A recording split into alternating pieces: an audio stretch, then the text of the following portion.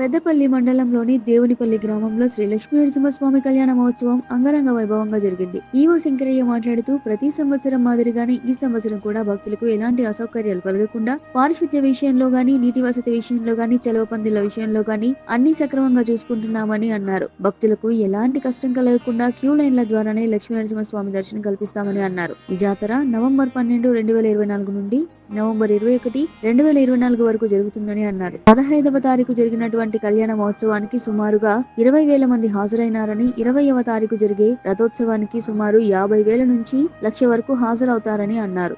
దేవాదాయ ధర్మాదాయ శాఖ శ్రీ లక్ష్మీ నృసింహస్వామి దేవస్థానం గ్రామం దేవునిపల్లి యందు ప్రతి సంవత్సరము కార్తీక పౌర్ణమి సందర్భంగా స్వామివారి యొక్క కళ్యాణ మహోత్సవం అలాగే బ్రహ్మోత్సవాలు కూడా నిర్వహించుకుంటాము.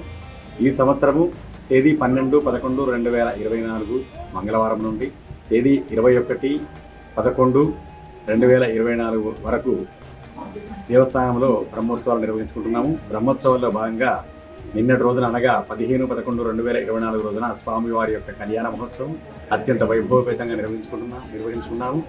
ఇటు కళ్యాణానికి సుమారు దాదాపుగా 20,000 మంది హాజరైనారు. తదుపరి 20వ తారీఖు స్వామివారి యొక్క రథోత్సవం కూడా నిర్వహించుకుంటున్నాము. రథోత్సవానికి వచ్చే భక్తులకు అనేక రకమైనటువంటి సదుపాయాలు కూడా ఏర్పాటు చేసినాము.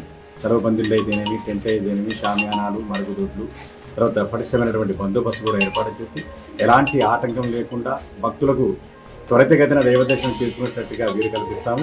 అలాగే ఇక్కడికి వచ్చేసినటువంటి భక్తులకు ఆ లక్ష్మీ నరసింహస్వామి వారి యొక్క కృపా కటాక్ష వీక్షణలో పాత్రలు కావాలని కోరుకుంటున్నాము.